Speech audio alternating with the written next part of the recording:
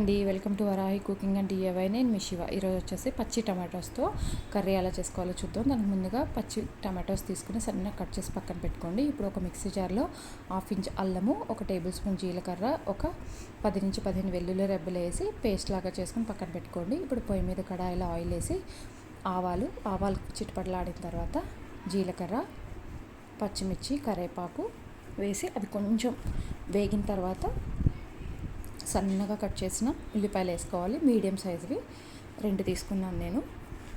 ఇవి కూడా కొంచెం వేగాలి, మరి ఎర్రగా అవ్వక్కర్లేదండి. మనకి ఉల్లిపాయ ట్రాన్స్పరెంట్ అయితే చాలన్నమాట.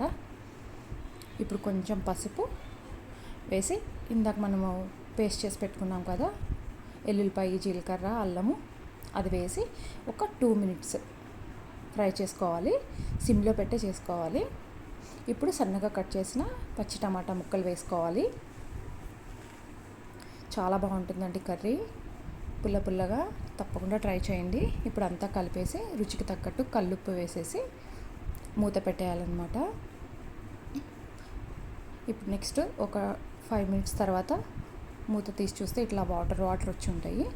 ఒకసారి మళ్ళీ కలిపేసి మళ్ళీ వాటర్ అంతా ఇంకిపోయేంత వరకు సిమ్లో పెట్టి కుక్ చేసుకోవాలి ఒక 10 to 15 మినిట్స్.